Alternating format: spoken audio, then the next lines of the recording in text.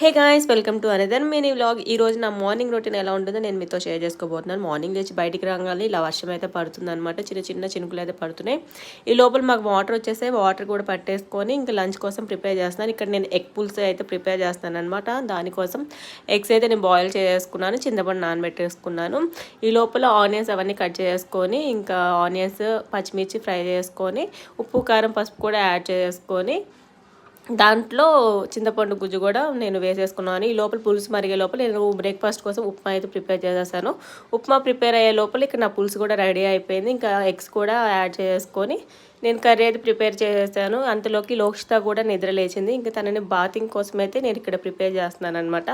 Bath అంతా complete అయిపోయి తనని కూడా రెడీ చేసుకొని తనని ఇంకా మార్నింగ్ నేను ఒక ఎగ్ అయితే ఇస్తానమాట.